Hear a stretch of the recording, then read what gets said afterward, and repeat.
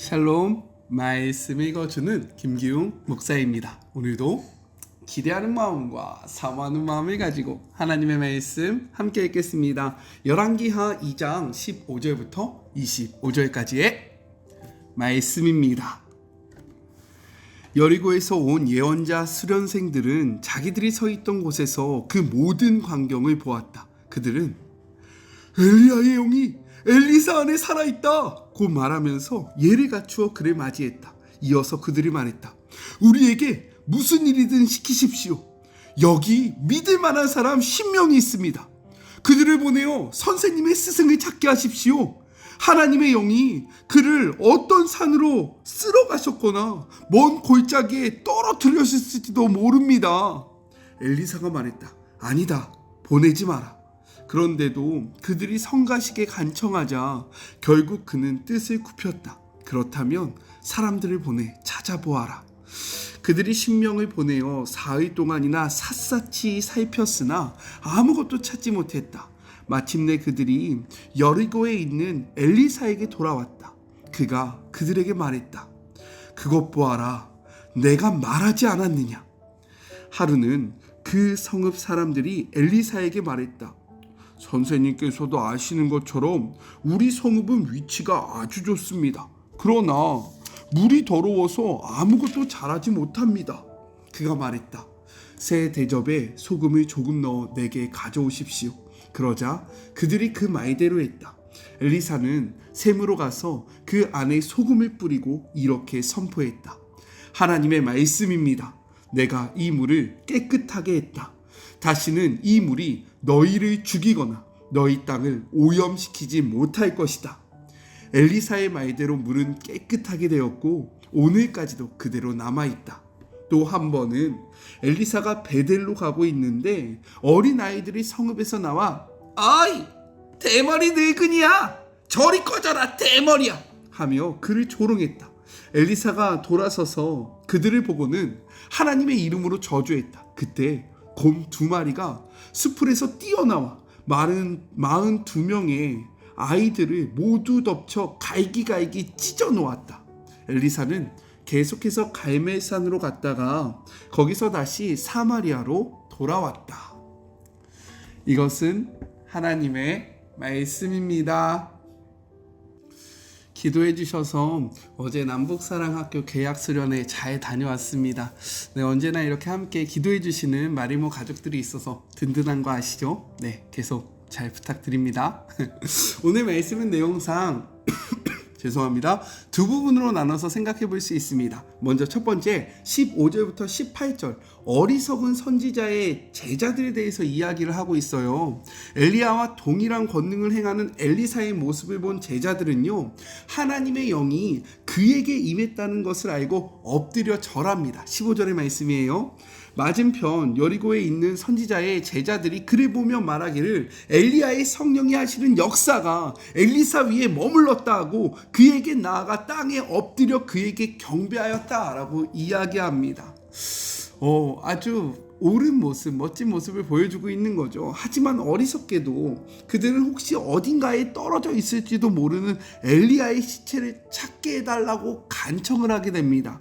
엘리사는 처음에는 거절했지만 그들이 너무나도 극심하게 간청하니까 어떻게 합니까? 결국 이를 허락하게 되고 제자들은요 3일 동안 길을 헤매다가 결국 허탕을 치고 돌아오게 됩니다. 이를 통해서 우리가 몇 가지를 살펴볼 수 있어요. 생각해 볼 수 있습니다. 먼저 첫 번째는 제자들의 완악함입니다.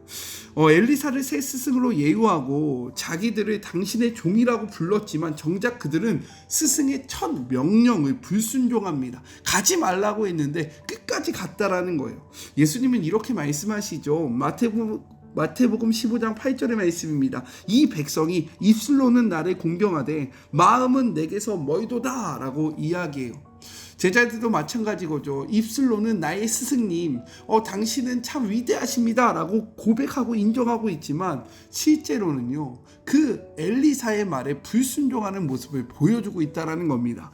둘째는 그들은 이성적 판단을 하나님의 말씀이나 능력보다 위에 뒀다라는 거예요. 하나님이 엘리야를 위로 올라가실 것을 머리로는 알고 있었지만 실제로는 이해하지 못했고 하나님의 능력도 믿지 않았습니다. 그래서 혹시나 데리고 올라가다가 떨어뜨렸으면 어떡합니까? 그러니 우리가 가겠습니다 라고 이야기했더라는 거예요.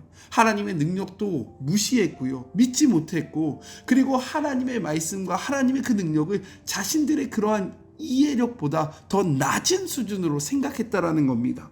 셋째, 그들의 불순종과 우격다짐으로 엘리사의 사역이 방해받았다라는 거예요. 왜입니까? 3일 동안의 수색할 동안 엘리사는 하나님의 일을 하지 못하고 머물러서 기다릴 수밖에 없었다라는 거예요.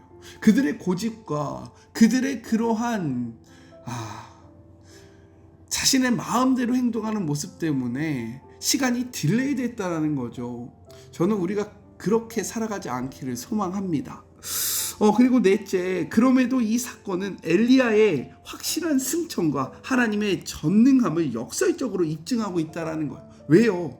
3일간 50명의 사람들이 그 시체를 찾았지만 찾지 못함으로 엘리야의 승천이 확신해졌다는 거예요. 또한 하나님께서는 그렇게 실수하지 않으신다, 하나님의 능력은 불완전하지 않고 완전하다라는 것을 모두가 깨닫게 되었다는 겁니다. 마지막 5번째는요, 엘리사의 말이 사실로 드러남으로써 엘리야처럼 하나님의 참 선지자임이 확인되었다라는 거예요. 그가 가지 말라고 했고 아니다 괜찮다라고 이야기했지만 그들이 갔고 허탕을 치고 돌아옴으로써 우리 스승님의 말이 맞구나, 우리 스승님이 엘리야처럼 참 선지자구나 라는 것을 확신하게 되었다라는 거예요. 이 말씀을 근거로 첫 번째 적용입니다.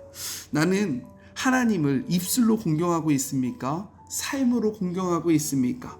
하나님의 말씀보다 내 생각이 더 우위에 있지는 않습니까? 말씀 앞에 고집 부리고 있는 것은 무엇입니까? 입술로만 공경하는 삶이 아니라 삶으로 말씀을 살아내는 자들이 되기를 간절히 소망합니다. 둘째, 19절부터 25절 인정하는 자와 인정하지 않는 자에 대해서 이야기를 하고 있어요. 19절부터 25절은 엘리사의 첫 사역을 이야기하고 있습니다. 이 사역은 여리고와 베델에서 일어나는 거죠. 성경은 이를 통해 엘리사가 하나님의 승인으로 엘리야의 합법적 후계자가 되었음을 공식적으로 입증하고 있습니다.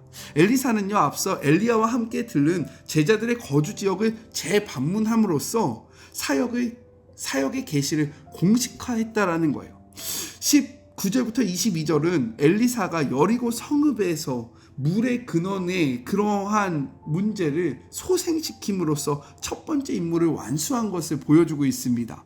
그가 여리고에 머물고 있는 동안 주민들은요, 엘리사를 자신들의 주인이라고 부르면서 나의 주인이요, 우리의 이요 라고 부르면서 성읍의 수질 문제를 호소합니다. 성읍의 위치는 너무나도 좋았으나 물이 좋지 않아서 어려움이 있다고 이야기했다라는 거예요. 엘리사는 그들의 말을 듣고 새 그릇에 소금을 담아 오라고 명령을 합니다. 주민들은요, 그의 말을 따른다라는 거예요. 주민들이 그의 말에 순종했던 이 행위는요, 선지자와 하나님에 대한 신뢰의 증거가 되는 겁니다. 엘리사는요, 모세가 하나님의 지시대로 마라의 쓴물에 나무를 던졌듯이 물의 근원이 되는 그곳에 정결을 상징하는 소금을 던지게 되고요. 그리고 나서 이렇게 선포합니다. 21절의 말씀이에요. 엘리사가 물의 근원으로 나아가서 소금을 그 가운데 던지며 이르되 여호와의 말씀이 내가 이 물을 고쳤으니 이로부터 다시는 죽음이나 열매 맺지 못함이 없을지니라 라고 선포하게 됩니다. 그리고 엘리사가 선포한 대로 이 말씀이 성취됨으로써 많은 사람들과 그리고 성경은 그가 참 선지자임을 재확인하고 있다라는 거예요. 23절부터 25절에서 여리고와 대조적으로 엘리사를 조롱한 베델 주민에 대해서 이야기를 하고 있습니다. 엘리사는요, 여리고를 떠나서 북서쪽으로 약 19km의 베델로 올라가게 됩니다. 바로 그때 성읍에서 젊은이들이 나와 그를 조롱한다라는 거죠. 23절의 말씀입니다. 엘리사가 거기서 베델로 올라가더니 그가 길에서 올라갈 때에 작은 아이들이 이 성읍에서 나와 그를 조롱하여 이르되 대머리여 올라가라, 대머리여 올라가라 하는지라 라고 이야기합니다. 그런데 우리가 이것을 개역개정의 말씀으로 보니까, 우리말 성경으로 보니까 좀 불합리하게 느껴질 때도 있고 잔인하게 느껴질 때도 있고, 어떻게 어린아이한테 그럴 수 있을까라고 생각되어질 수 있어요. 그래서 어떤 이들은요, 엘리사가 굉장히 무정하다, 또한 어떤 이들은 이 엘리사가 포악하다라고 이야기하기도 합니다. 왜요? 어린아이 라는 그러한 표현 때문인 거예요. 하지만 이 어린 아이라는 것은요, 갓난아이부터 20, 30대의 미혼 청년까지를 아우르는 말이라는 거예요. 성경에서 이러한 말이 언제 쓰였냐면, 먼저 볼까요? 열왕기상 3장 7절의 말씀입니다. 나의 하나님 여호와여, 주께서 종으로 종의 아버지 다윗을 대신하여 왕이 되게 하셨사오나 종은 작은 아이라 출입을 할지 알지 못한다라고 이야기합니다. 즉 이것은요, 성인이 자신의 미성숙함이나 경험 부족을 나타낼 때 쓰였던 표현이라는 거예요. 진짜 어린아이를 나타내는 표현이 아니었다라는 겁니다. 또한 이때 사용됩니다. 열왕기상 12장 8절의 말씀이에요. 왕이 노인들이 자문하는 것을 버리고 자기 앞에 모셔있는 자기와 함께 자란 어린 사람들과 의논하였다라고 이야기합니다. 이것은 이스라엘이 나뉘어지는 과정 속에서 솔로몬의 아들이었던 르호보암이 누구의 말을 따릅니까?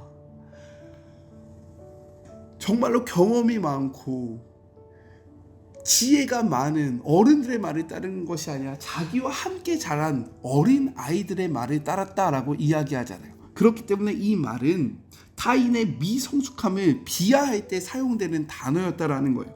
그렇기 때문에 지금 본문이 이야기하는 작은 아이들이란 나이가 어린 자들을 칭하는 것이 아니라 미성숙한 청년들을 의미한다라고 생각해 볼 수 있는 겁니다. 네, 어떤 의미인지 이해가 되시죠? 이렇게 여리고 주민들은 엘리사를 나의 주라고 부르면서 존경을 담아 표현했던 것과 달리 베델의 청년들은 어떻게 표현합니까? 그를 대머리라고 비하해요. 그리고 또 23절을 보니까 너도 올라가라 라고 이야기합니다. 이것은 무엇이냐면 그의 스승 엘리사의 승천을 빗대서 너도 엘리사가 올라간 것처럼 올라갈 수 있으면 올라가 봐. 너 그거 못하지? 야, 너는 별거 아니야 라고 그를 조롱하고, 그리고 비웃음거리로 만들고 폄하하고 있는 표현이었다라는 거예요. 이들이 엘리사를 선지자로 인정하지 않고 경멸했던 행위는요, 그를 선지자로 승인한 하나님을 무시하는 행위였다라는 겁니다. 그래서 하나님은요, 하나님의 이름으로 그들을 저주하는 것을 허락하고 곰으로 그들을 찢어 죽이는 이들을 버리셨다라는 거예요. 왜요? 하나님의 이름이 땅바닥에 떨어졌기 때문인 겁니다. 이렇게 두 사건의 끝은 각각 생명과 축복, 저주와 그리고 죽음으로 대조된다라는 거예요. 이것은 각 주민들이 엘리사를 선지자로 인정하며 여호와를 경외했는지 안 했는지에 따른 여부의 결과입니다. 하나님을 찾으면 저주의 땅이라고 불렸던 여리고에도 생명이 깃들지만, 하나님을 외면하게 되면 하나님의 집이라고 불리는 베델도 저주를 받게 된다라고 이야기하고 있는 거예요. 또한 이 사건들은요, 출애굽기 15장 광야 시절 마라의 쓴물 사건과 민수기 21장 불뱀 사건을 연상시켜서 엘리사도 모세와 같은 이스라엘의 영적 지도자가 되었음을 보여주고 있는 것입니다. 그래서 두 번째 적용입니다.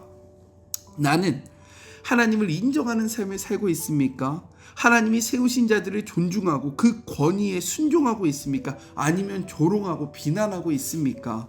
하나님이 세우신 자들을 인정하는 것이 그들을 세우신 하나님을 존중하고 경외하는 것임을 기억하는 하루가 되기를 소망합니다.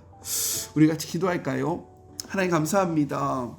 오늘도 이 말씀을 통해서 우리가 무엇을 붙잡아야 하는지, 어떻게 살아가야 할지를 분명하게 알게 하여 주심에 감사합니다. 하나님, 우리의 입술에만 하나님을 향한 경외함이 있지 않게 하시고 우리의 삶에서 하나님을 향한 경외함이 드러나게 하여 주시옵소서. 우리가 주님 앞에 고집부림으로 주의 말씀을 따르지 않고 있는 모습은 혹시나 없습니까? 그렇다면 이 말씀 앞에 돌이키는 우리가 되게 하여 주시며 하나님이 세우신 자들을 존중하고 그들의 말에 순종함으로 그들을 세우신 하나님을 존중하고 경외하는 주의 모든 자녀들이 되게 하여 주시옵소서. 함께 하실 주님을 바라보며 거룩하신 예수 그리스도의 이름으로 간절히 기도드립니다. 아멘. 저는요 또 내일 만나도록 할게요. 사랑하고 주님의 이름으로 축복하면서 오늘 하루도 힘 내세요. 우리 내일 만나요. 안녕. 오늘도 수고하셨습니다.